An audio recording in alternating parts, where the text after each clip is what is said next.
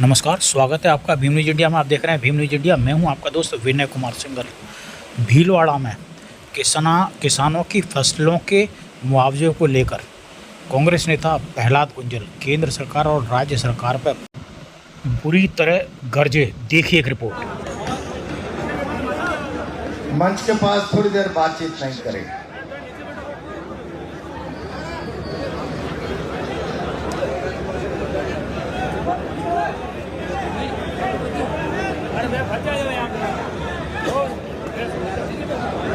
मंचस्थ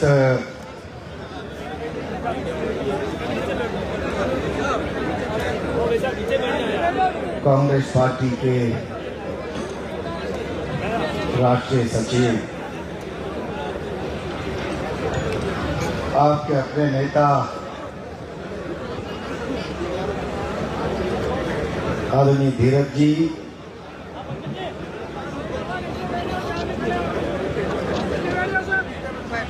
सबका नाम लूंगा, समय लगेगा। सम्मानित मंच,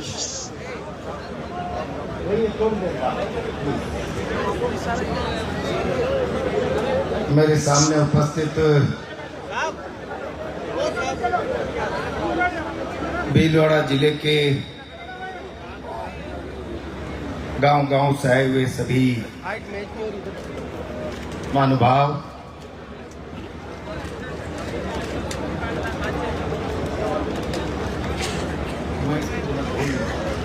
लंबे स्टैंड की कहा था आपसे एक पौधे नहीं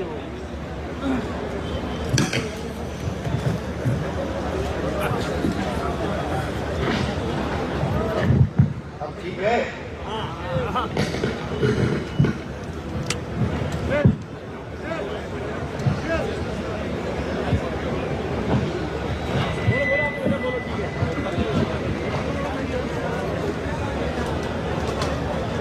भाइयों और बहनों,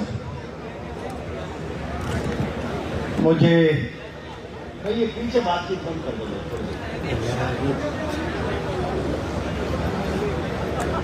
ऐसे समय बुलाया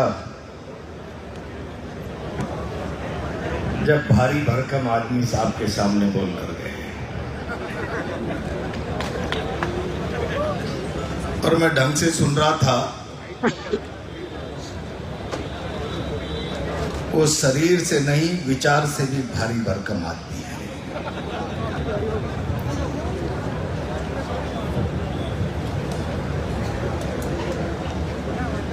बंधु, आज धीरज जी की अगुवाई में फसल मुआवजा जन अधिकार आंदोलन का आगाज है। मैं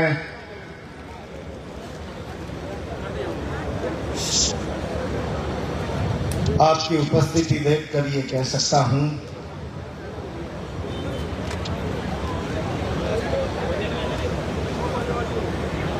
धीरज जी का आह्वान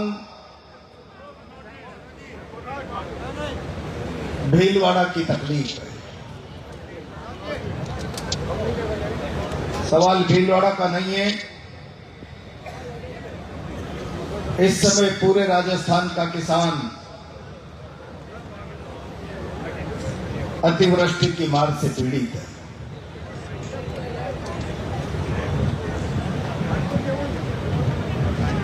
तकलीफ होती है जब किसान की आत्मा रोती है।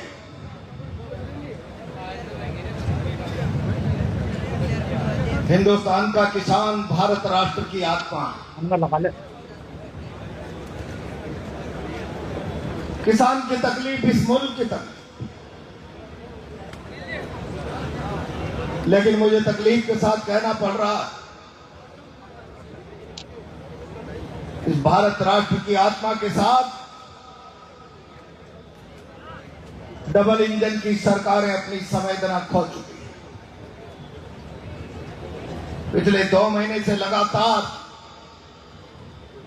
राजस्थान अतिवृष्टि की चपेट में। सारा हिंदुस्तान जानता है, लाखों हेक्टेयर जमीन राजस्थान में लगातार गिरती हुई बारिश के कारण फसल बोने से वंचित रह गए। और जिन किसानों ने फसल बो दी, जिन खेतों में फसल लहलानी चाहिए थी, जिन पर फसल आना का समय प्रारंभ हो गया, खड़ी हुई फसलें किसान के सपने के रूप में महकनी चाहिए। पानी से भरे हुए खेतों के कारण किसान के सपनों का खून हो गया। और आज जब सभा प्रारंभ हुई तो कुछ किसान गली हुई फसल लेकर नहीं आए। ये गली हुई फसल नहीं, ये भीलवाड़ा के किसानों के अरमानों की होली। फसल आएगी, धान मंडी में बेचेंगे, अगले 6 महीने का ताना पाना बुनेंगे, सपना बुनेंगे।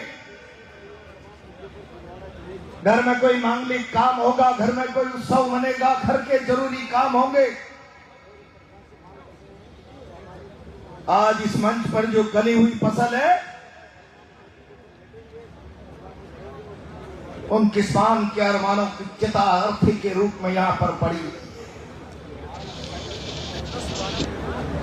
मुझे पीड़ा राजस्थान के किसान के खेत में अतिवृष्टि के कारण उनके सपनों का खून हो गया, उसके अरमानों पर पानी फिर गया। और डबल इंजन की सरकारें मानवीय संवेदना खोकर देश के प्रधानमंत्री लगातार विदेश की यात्राएं कर रहे। राजस्थान के मुख्यमंत्री जी लगातार प्रधानमंत्री जी का 75वां जन्मदिन आ गया है, सेवा के पखवाड़े के रूप में मनाएंगे। जनता के पैसे से हेलीकॉप्टर उड़ाकर प्रधानमंत्री का जन्मदिन मनाने में मशगूल है। मैं राजस्थान के मुख्यमंत्री, राजस्थान की भारतीय जनता पार्टी की सरकार और तमाम जनप्रतिनिधियों से कहना चाहता हूं, रोम जल रहा था, नीलो चैन की बंसरी बजा रहा था, राजस्थान का किसान त्राइमाम कर रहा है। अतिवृष्टि ने उसने के सपनों का खून कर दिया और भारतीय जनता पार्टी की सरकार अपने बेताज बादशाह प्रधानमंत्री का जन्मदिन मनाकर उसके सपनों पर, जख्मों पर नमक छिड़कने का काम कर रही है। राजस्थान बर्बादी के कगार पर खड़ा है और भारतीय जनता पार्टी की सरकारें जश्न मना रही है, जश्न मना रही है। प्रधानमंत्री के जन्मदिन मनाने का जश्न मना। राजस्थान में मनने वाला कोई भी जश्न इस समय, चाहे प्रधानमंत्री का जन्मदिन हो, चाहे राष्ट्रपति का जन्मदिन हो, वो उत्सव नहीं। इस राजस्थान की जनता के हरे जख्मों पर नमक और मिर्ची डालने के बराबर का काम है, जिसको भारतीय जनता पार्टी की सरकार कर रही है। मैं बहुत जिम्मेदारी मैं धन्यवाद देना चाहता हूं भाई धीरज। चारों तरफ राजस्थान के किसान की अनदेखी है। मैंने पिछले दिनों कोटा में हुंकार भरी, भाई मानो कुंभकर्ण की नींद को तोड़ो।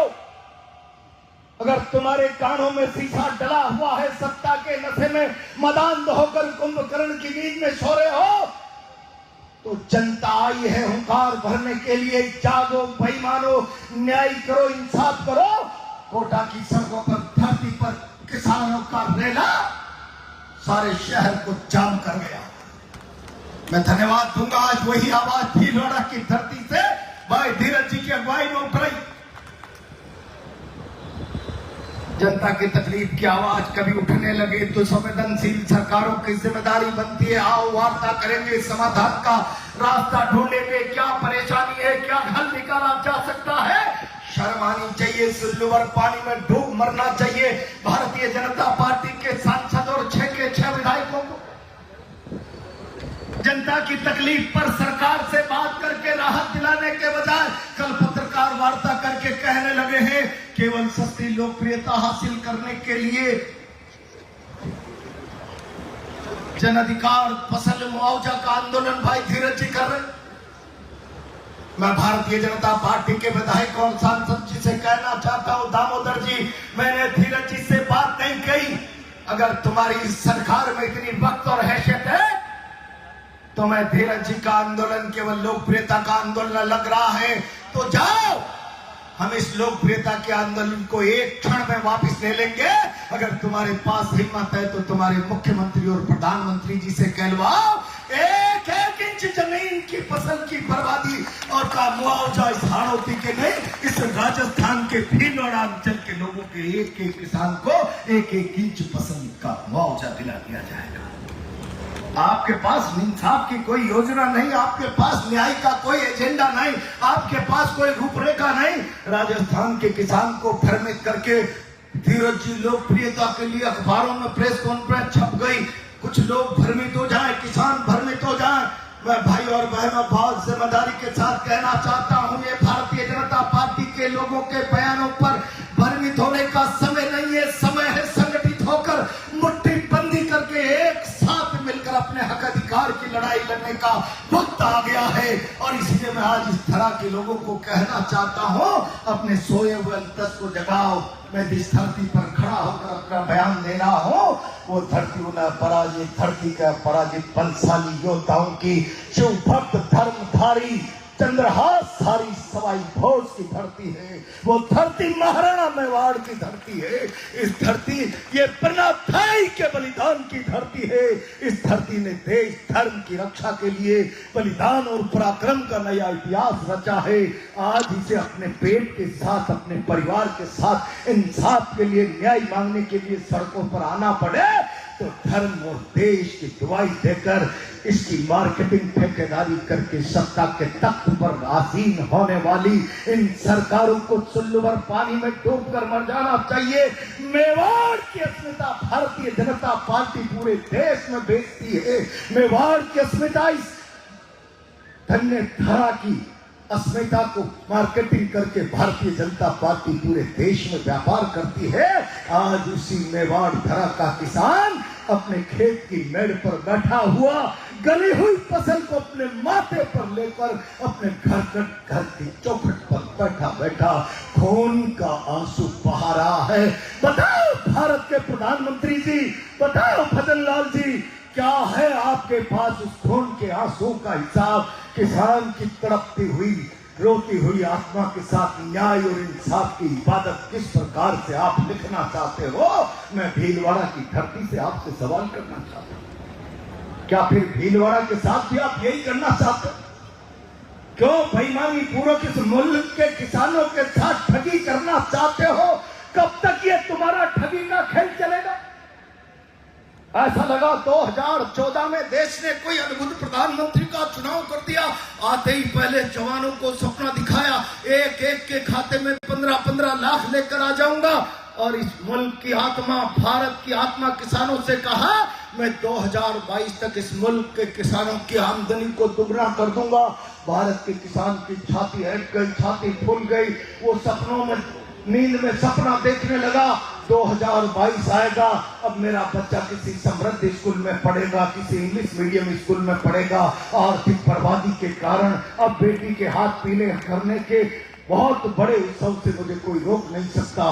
2022 में तो मेरे मुल्क का प्रधानमंत्री मेरी आमदनी दुगनी करने जा रहा है। और भारत के प्रधानमंत्री जी सपने दिखाने वाले, अपने हाथों से तुमने उन सपनों का खंजर मारकर खून किया। जब 2021 में पंजाब हरियाणा का किसान दिल्ली की तरफ आगे बढ़ा, स्वामीनाथन आयोग की सिफारिश से मान लीजिए, किसानों को न्याय दीजिए, इंसाफ दीजिए, एमएसपी की गारंटी का कानून इस मुल्क के किसानों पर लाइए। मित्र देशों के एक्सपोर्ट को प्रमोशन करके बेइंतहा धन कमाने के लिए काले कानूनों को वापस लीजिए। तब दिल्ली की धरती पर राजधानी जो किसानों का घर है, प्रधानमंत्री जी, तुम्हारे बाप दादाओं की धरोहर नहीं, इस मुल्क के किसान ने तुम्हें दिल्ली के तख्त पर भेजा है। अपनी धरोहर पर भारत का किसान जाना चाहता है अपने लिए न्याय और इंसाफ मांगने के लिए। और दिल्ली की धरती पर जाने से पहले सीमेंट कंक्रीट की दीवारें खड़ी कर दी जाए। जिस प्रकार से पाकिस्तान के बॉर्डर से वहां कोई शत्रु सेना आ रही है, इस प्रकार दिल्ली के तख्त पर बात करने के लिए जाने वाले किसानों को सीमेंट, कंक्रीट और कांटों की बाढ़ और संगीनों का पहरा लगाकर रोक दिया जाए, तब ये भारत के प्रजातंत्र की आत्मा दहाड़े फाड़ फाड़ कर रोई होगी। ये दिल्ली किसानों की है, मोदी जी आपकी नहीं। न्याय करो, इंसाफ करो। और किसानों के साथ किस तरीके का बर्ताव हुआ, लगातार 1 साल तक दृढ़ किसान, वो कहता है किसान, भारत के प्रधानमंत्री जी ये कोई गुजरात का लिज्जत पापड़ बेचने वाले मार्केटिंग के व्यापारी नहीं है। ये धरती का सीना फाड़ते हैं, पसीना बहाते हैं, अन्न धन पैदा करके देश को पालते हैं। देश पलता है, उसमें इस मुल्क के किसानों के पसीने की गंध आती है, उसका श्रम लगता है। परीक्षा मत लो, परीक्षा मत लो। 1 साल तक 1000 किसान उस धरती पर बैठा बैठा मर गया, लेकिन प्रधानमंत्री की संवेदनाएं नहीं जागी। प्रधानमंत्री की संवेदनाएं जागी जब उत्तर प्रदेश का चुनाव छाती पर आ गया।